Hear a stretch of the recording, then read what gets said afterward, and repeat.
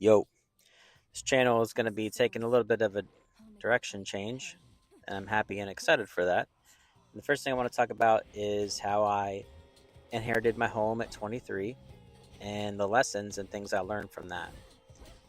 Just trying to give some advice if anybody needs it. I know this situation is not going to be common among most people, but if you so happen to be someone like myself in that particular situation around that age, really any age, but you could maybe learn from some of the mistakes and decisions that I made at that time. And I'll start with the quick backstory. So I inherited a home from my grandfather when I was around 23 years old. It went directly to me just because a lot of my other family members had passed away before that. So when all that happened, I was already kind of used to, losing family. So when it all happened, I grieved a little bit, but for the most part, I had so much happen at one time when that happened because it was kind of unexpected for me that I was just making a lot of quick decisions really fast. First lesson on that is if you are grieving and you're in a state like that, take time to grieve, but at the same time, keep in mind who's around you, what's going on, and what people need from you. Just a quick side note is immediately when my grandfather passed and found out that within the will, all of the inheritance was directly to me, I had multiple people trying to buy the house immediately for cash.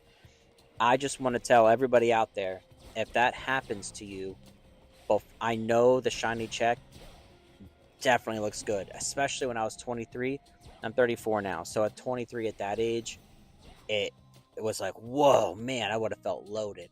Back then, the house was around 100,000 or so, so I got offers for around 70 to 80,000 cash, and I'm very, very thankful, very glad that I didn't make that decision. It was tempting, but I didn't do it. I also didn't think about renting at that specific time until I got an idea from my mom's ex-husband. He was able to tell me, "Hey, you should rent," and then I kind of got the idea. And I was like, "Yeah, you know what? I should rent." So I inherited the home. I had to go through probate because I was in the will. I couldn't skip probate. In the state of Florida, I was not able to skip probate because the courts had to check that all the paperwork and all the will was correct, and it wasn't in a trust fund. So because it wasn't in a trust fund, I wasn't able to directly skip the probate period or probate process and just take in what I wanted or what was given to me, what was rightfully given to me before the state has to stick their hands in it. Florida's a lot better with inheritance than other states. Uh, you do so there are taxes, but I don't really want to go into tax implications here because when I first got it, I wasn't taxed. If I decide to sell the home now that it's in my name now at this period of time in 2025, I would be taxed on from the period that I inherited the home from when it was rightfully given to me from the court to the date that I sell it. I will be taxed on that amount. I would not be taxed on the whole amount from when he bought it whenever he bought it in the 1990s. Just to clarify, and that's for Florida. I could be wrong, and if I am, please in the comments go ahead and speak to me, and I will definitely get back to you. But anyways, after going forward, inherited the home, got through probate. I was able to find a property manager around that time before I decided not to rent the home out and do it all myself. And there's multiple reasons why. I've heard a lot of people that try to rent homes out themselves and do it themselves, but a lot of times I've heard of people running into issues, whether people breaking the lease, whether people, if you don't write up the correct lease and the right paperwork, people can kind of go around sideways and just be people, right? Just try to get around things sometimes if the paperwork isn't directly stated. I didn't want to take that risk. I knew at that age, and even now, I don't have enough of a background in like writing correct leases that cover all bases of a home for rental. I knew I couldn't do that. So I decided not to. I got a property manager. Also, a big thing with the property manager is they can evict. And if you have to evict someone in your property, they will handle that. That's why I pay them. They work for me, I work for them. It helps. If there's a maintenance call or a maintenance emergency, they'll help me take care of it. If I need help finding a different insurance company, they'll help me take care of it. If I need help like finding someone new, they will take care of it. I could say from my personal experience that I have had renters in my property since I've inherited it. Back at when I was 23, I'm 34 once again. For that reason, I will continue to have a property manager, even if I have to pay a 5% to 7% fee per rental check. I was able to pay the mortgage off. Because I was able to pay the mortgage off, the property management fee is fine. It's fine. It saves a lot of headaches for me.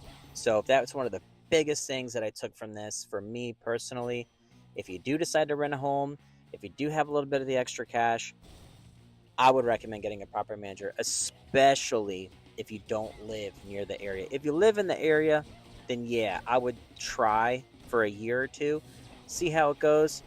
Things don't work out, then I would get a property manager. So yeah, that's about it. Since then, though, I've had steady income from the house for over 10 years, over a decade. A couple key things to keep in mind that it taught me at a young age and now: money management. Being able to manage money, being able to put away money, being able to understand that just because I get a check every single month doesn't mean that I can take all that money and spend it on my own daily expenditures. A lot of that money is used for taxes, it's used for insurance, it's used for maintenance fees, it's used for management fees, it's used for when I have to get a new roof every 10 years due to insurance. Because the house is paid off, I have a little bit more leniency with insurance, but I choose to still have insurance because I live in a high risk hurricane state. Yeah, we might not have state income tax and some things we have great, but we are still under hurricane risk every year. That's a big thing. So those are my key takeaway points: just money management, getting a property manager. Yeah, I inherited at a young age and I was able to learn a lot of lessons from it, but ultimately it's been nothing but a blessing for me, and I'm so thankful for that. So if anybody at that time, around that age, or even now, inherits a property, my main key takeaways is: before you get rid of it, if you have to, think about long term. Think about long term. Always play the long game. I couldn't be happier with my decision when I made it. At the time, I was obviously a little confused, but looking back now, I am so grateful that I made that decision. For my next video, I'm going to set up what I do with some of that extra profit money. I do a lot of investing as well, so I'm going to keep update with that. That'll kind of be my next story. And I will continue playing Hades 2. For the end here, for a little blooper for the Hades thing, it just started, so I know some of the gameplay is kind of slow, but it's fun, and I'll continue to keep playing the game. I kind of like being off camera a little bit and just, doing something I enjoy as well. So if you guys have any comments or concerns or anything, just go ahead and leave me a comment below. We can talk about it. I'll get with you as soon as I can, and I will promise to be more active on this channel. All right, I will see you guys soon.